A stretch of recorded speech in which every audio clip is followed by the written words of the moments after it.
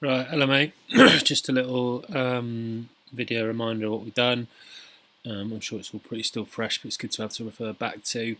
So obviously the main stuff we did, looking at the left-hand side here, just got a bit more symmetry in what you're doing. So stuff we spoke about, creating that line 90 degrees down from your right shoulder, making sure that wherever we're set up on the right-hand side, we're marrying that on the left. And obviously, as you can see there, your left foot being significantly inside your right foot in terms of what we're looking at there, which means your upper body is stacked a little bit forward, so it looks like kind of a hips back, shoulders forward kind of lean, which has some implications in the stroke. When you put the little dot on your forehead there on the cap peak, we know that you lean into it and lunge a little bit, and then back out of it, which gives you that quite excessive upward blow.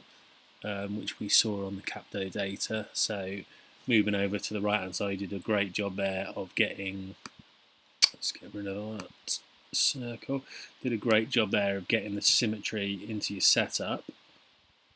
So 90 degrees down there, 90 degrees down there.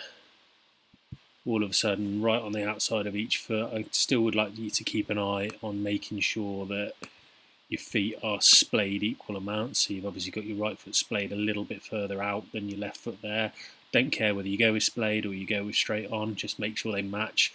The splay there, I feel, just gives you a bit more room to unfortunately kind of arc it in, which we know you do a fair amount.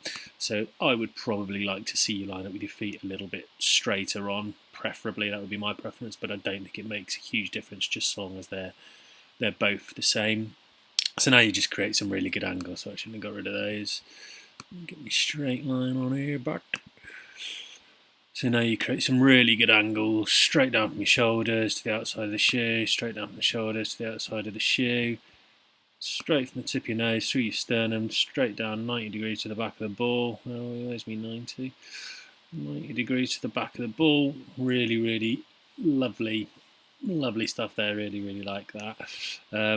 Obviously, you know my preference. I like that prayer grip, which gets your shoulders very, very level, within a couple of degrees, I'd have said, 2 or 3 degrees of level, because obviously your right thumb's just crept a little bit underneath your left thumb there. But again, I have absolutely no problem if you're more comfortable going back to or sticking with your standard right below left. Just toy around with it. What I really, really liked is obviously when we flipped it to the down the line scenario, just raising your hands probably what's going to have been an inch higher, just sets that shaft plane marginally steeper than what it is. Obviously we've made a slight change to your patellai angle to counteract that, so just improving that relationship between the forearms and the putter shaft rather than having this kind of radial deviation that we spoke about is just going to help you reduce that arc. Putter's going to stay on line for longer and face is going to stay square, because you always do a good job of keeping your face square to your arc, which is really, really good.